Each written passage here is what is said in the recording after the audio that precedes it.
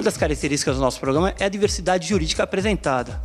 E hoje não vai ser diferente. Hoje eu vou conversar com o doutor Alexandre Machado, que é especialista numa área que cresceu muito, mas ainda na nossa região é uma área ainda um pouco divulgada, que é a questão do petróleo e gás. O doutor Alexandre, ele é analista de grandes empresas ligadas à indústria do petróleo. Alexandre, é um prazer tê-lo aqui. Obrigado, é um prazer todo meu. Alexandre, quais são, dentro desse universo, que é não só para o telespectador, mas também para o advogado, o colega advogado, é muito distante da realidade do advogado no dia a dia, não só na nossa região, aqui como no nosso estado de São Paulo. Objetivamente, quais são as perspectivas para a indústria do petróleo e gás? Bom, é uma área totalmente distinta das demais, mas, ao mesmo tempo, é uma área muito abrangente, que envolve desde relações de trabalho, relações administrativas, direito tributário, empresarial, exige uma qualificação um pouco especial, mas nada que não possa ser superado por bons cursos. E ainda é uma área um pouco carente, né? A maior parte dos advogados que atuam nesse mercado estão no Rio de Janeiro ou São Paulo.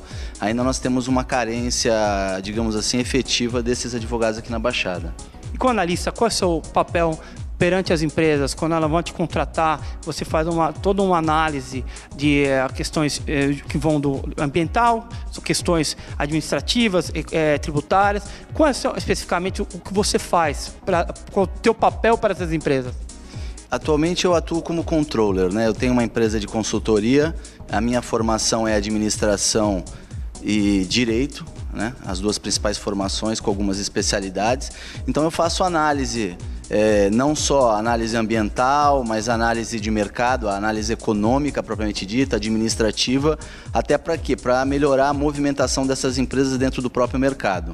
Então com quem que eu vou me filiar, se há qualidade econômica da empresa que está se juntando num processo de joint venture, por exemplo, se não há, qual é o risco, essas modalidades de análise, né? Não somente na área de petróleo, mas na área de energia, de um modo geral. Certo. E a gente percebeu aqui uma das nossas conversas, e o Alexandre atua comigo na Comissão de Petróleo e Gás, a dificuldade realmente é o conteúdo local.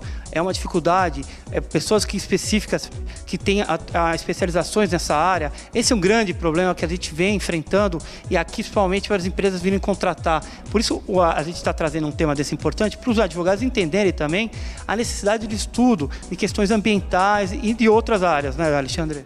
Sim. Tanto da 11ª rodada, que é um contrato de concessão, como agora a primeira rodada do pré-sal, a histórica rodada do pré-sal, esses contratos eles apresentam algumas cláusulas chamadas cláusulas de conteúdo local, inclusive com multas até que acentuadas para o não cumprimento dessas cláusulas. E um fator interessante é que não houve ou não há, por enquanto, um planejamento talvez de governo ou mesmo em termos de política de governo, para que esses estados que estão recebendo essas novas áreas de operação se preparassem com linhas de crédito específicas ou via BNDES, algum outro órgão financiador, para quê? Para dar suporte tanto em conteúdo local, em mão de obra, mas também na qualidade de desenvolvimento de equipamentos para operar na indústria do petróleo. Então, o que a gente nota hoje é que determinadas regiões, elas ficam num vazio, elas não têm mão de obra especializada e acabam importando entre os estados essa mão de obra. E é muito difícil para o agente internacional entender essas imposições. E foi muito discutido isso na 11ª rodada e ficou muito claro que era uma política de governo e seria uma cláusula, digamos, imexível. Para o pessoal entender, a Constituição ela traz no artigo 77 que competência da União é jazidas, hidrocarbonetos, tudo ligado a questões do petróleo. E ela diz que a competência é da União, é privativa da União e que ela, através de uma concessão, pode passar às outras empresas, na verdade. E você tem um contrato de concessão que hoje quer, na verdade, alterar para contrato de partilha. Explica essa questão para o pessoal entender como funciona a indústria do petróleo, como que a União cede a sua área, como que faz toda essa esquematização. Na verdade, o artigo 177 ele sofreu uma modificação a partir da Emenda Constitucional 9 de 95, onde flexibilizou as possibilidades de concessão do petróleo no Brasil. Até então era basicamente explorado pela Petrobras, né? Como política de governo da época. Quando esse mercado ele foi aberto, houve a flexibilização desse mercado, o que ocorreu?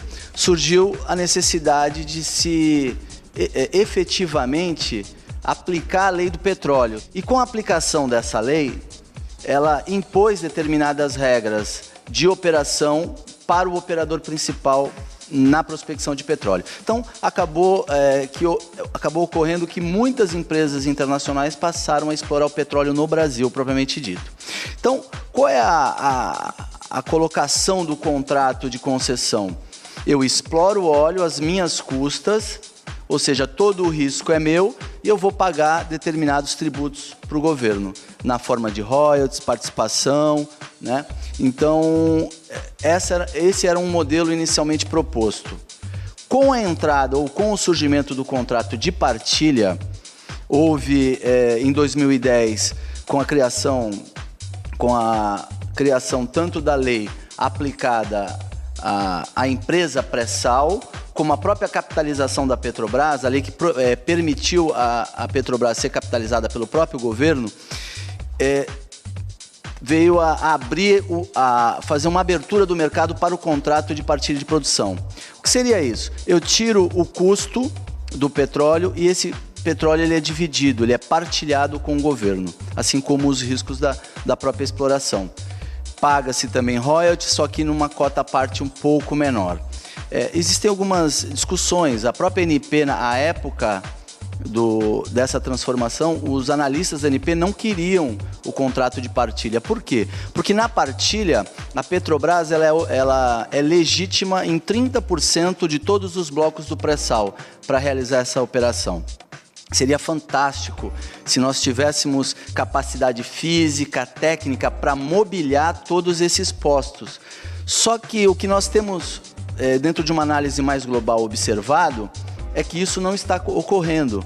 Ou seja, além de ser caro, porque para operar 30% em um bloco, eu preciso destinar o valor, preciso arrecadar o valor proporcional dentro do consórcio, ou mesmo da joint venture que vai ser montada para atender esse consórcio. E o que acaba acontecendo muitas vezes? A Petrobras, todos nós sabemos que ela tem a tecnologia para águas profundas, mas ainda é uma atividade de muito risco. E a qualidade do contrato de partilha de produção, de uma forma mais fácil de se entender, ele é destinado a atender que tipo de empresas? Ele é destinado a atender empresas estatais, onde não estão muito preocupadas em lucrar com o óleo, e sim garantir reservas com esse óleo. Então nós tivemos uma baixa procura em se tratando de empresas de grande porte, como Chevron, BP. Isso acaba, digamos assim, que favorecendo uma determinada parte do contrato e a outra não. Então falta segurança jurídica no contrato, não falta para as empresas, quando elas vêm, elas não têm essa segurança que o governo possa dar, porque elas não sentem, na verdade, em outras palavras, segurança nesses contratos oferecidos pelo governo. A segurança jurídica é um negócio um pouco sério em se tratando de Brasil. Até porque, até para justificar essa minha fala, há pouco mais de uma semana ou 2 semanas, a presidenta da Petrobras, a Shambrilá, ela esteve em Brasília tentando reverter essa modalidade de contrato. Não digo reverter, voltar totalmente para a concessão, mas que a Petrobras abrisse mão dos 30% que a ela era garantido no controle do pré-sal, como operadora principal, buscando talvez até atrair um pouco mais as 4 maiores empresas produtoras. Nós tivemos no leilão participação da Shell, que é uma grande empresa, considerada uma das maiores do mundo também, mas sentimos falta de algumas outras empresas. E, em contrapartida, tivemos a participação de quase todas grandes estatais dentro da corrida pelo petróleo. Então, existe uma corrente populista e até mesmo dos próprios funcionários da Petrobras que querem o petróleo para eles, né, de certa forma, que eles acham absurdo abrir mão desses 30%. Ao mesmo tempo, nós teremos capacidade técnica em termos de material e pessoal para mobiliar todas essas áreas? Esse é um questionamento. Por quê? Porque houve mudança nos contratos de associação, né, de consórcio, após o acidente da Deepwater Horizon, né, no Golfo do México, o acidente ambiental. Então, Alexandre, o pré-sal era uma propaganda no governo, é publicitário ou ele é real? O governo só fez isso realmente para atrair investimentos ou ele é uma realidade? Em razão do que você falou até, a falta de tecnologia, conteúdo local, a gente não tem mão de obra especializada, hoje ele é viável ou é uma propaganda do governo?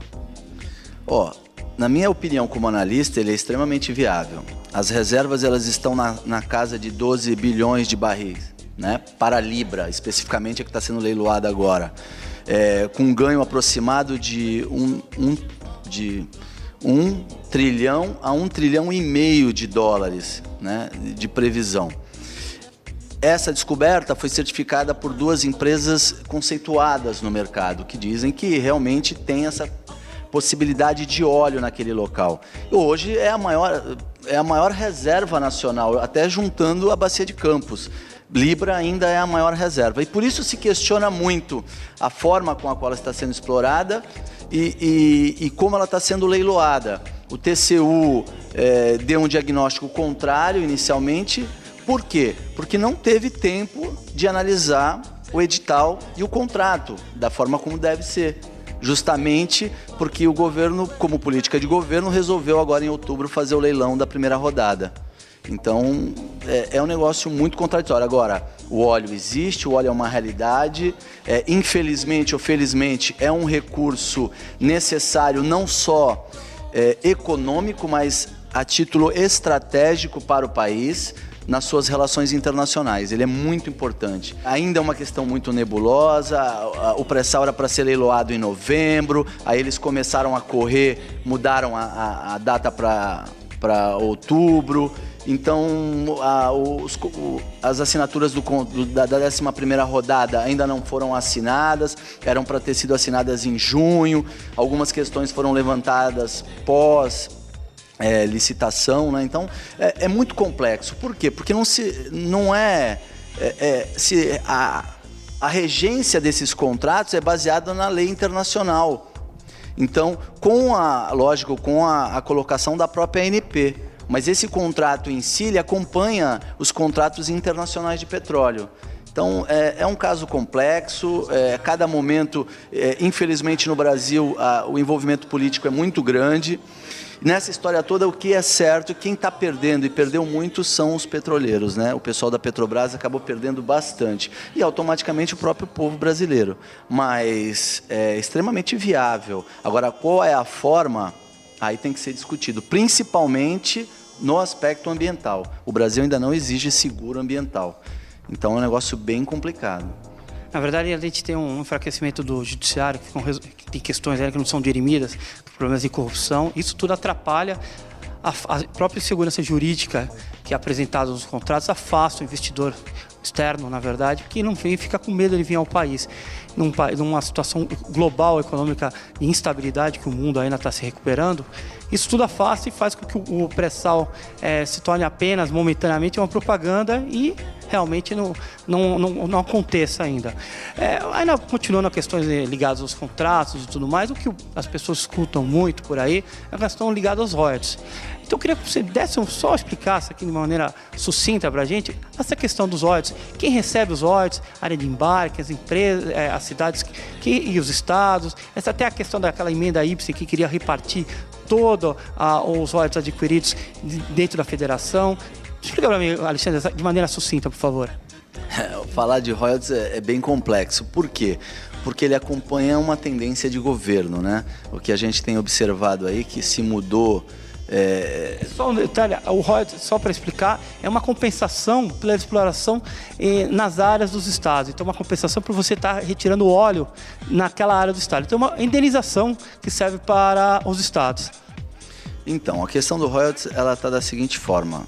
Se ouve muito falar no royalties destinado à educação, e uma parte para o fundo social. Então, é muito mais complexo que isso pela forma com a qual ele acabou sendo dividido. Mas, para que a gente tenha uma noção bem digamos, simplificada, você tem várias cotas partes de divisão desse royalties dentro do próprio sistema contratual, ou mesmo dentro da própria lei. Melhor a própria lei.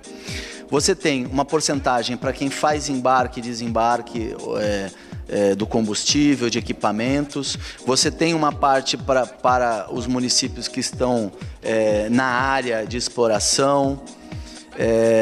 Ou seja, então ele sofre algumas subdivisões, esse valor. Todo mundo acha que é devido ao risco. Devido ao risco ambiental se paga o royalties. Não, o royalties não é pago por causa de risco ambiental. O royalties é uma indenização pela exploração daquele recurso. E nós temos uma área limítrofe, né, na costa brasileira. Dentro dessas 12 milhas náuticas, esse royalties ele fica para quem? Ele fica para o Estado, né, para a cidade e para o Estado, uma cota parte para o Estado que está, digamos assim, diretamente de frente para a exploração. Passou de 12 milhas náuticas, ele passa para a federação. Então, por isso, ele pode ser distribuído entre os estados norte e nordeste que não são afetados diretamente por embarque, desembarque, movimentação ou mesmo exploração em sua área. Basicamente é isso. Ela tem algumas subdivisões, ainda está um pouquinho nebuloso, né? Existem algumas questões, existe mandato de segurança, então existe ainda muito que se conversar. E a gente só vai ter, digamos assim, um diagnóstico real quando o contrato de partilha for fechado, as divisões forem realizadas e se começar o pagamento. Aí a gente vai ter uma noção melhor de como vai ficar.